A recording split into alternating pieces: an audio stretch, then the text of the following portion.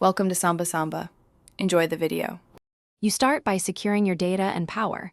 Backup photos and contacts now, because repairs can risk files. Once backed up, charge to around 50%, 80% and remove the case, SIM, and SD card so you can access ports and vents. Next, perform a force restart. This clears temporary glitches.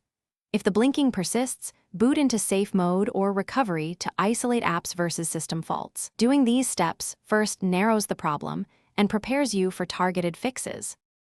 Now you diagnose and adjust. Start by disabling adaptive brightness and set the screen manually between 30% and 60% because sensors can cause flicker.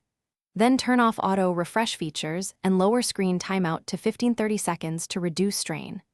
Uninstall any apps installed right before the issue began. Suspected apps often create conflicts. After that, check for and install system updates or display firmware patches. If you have developer options, test different refresh rates. These steps reveal whether software causes the blinking. Finish by checking hardware carefully. Power off and, if comfortable, open the back to inspect the display flex cable and connectors. Reseat any loose cables because vibration or drops often cause blinking. If you can, connect to an external display or cast the screen.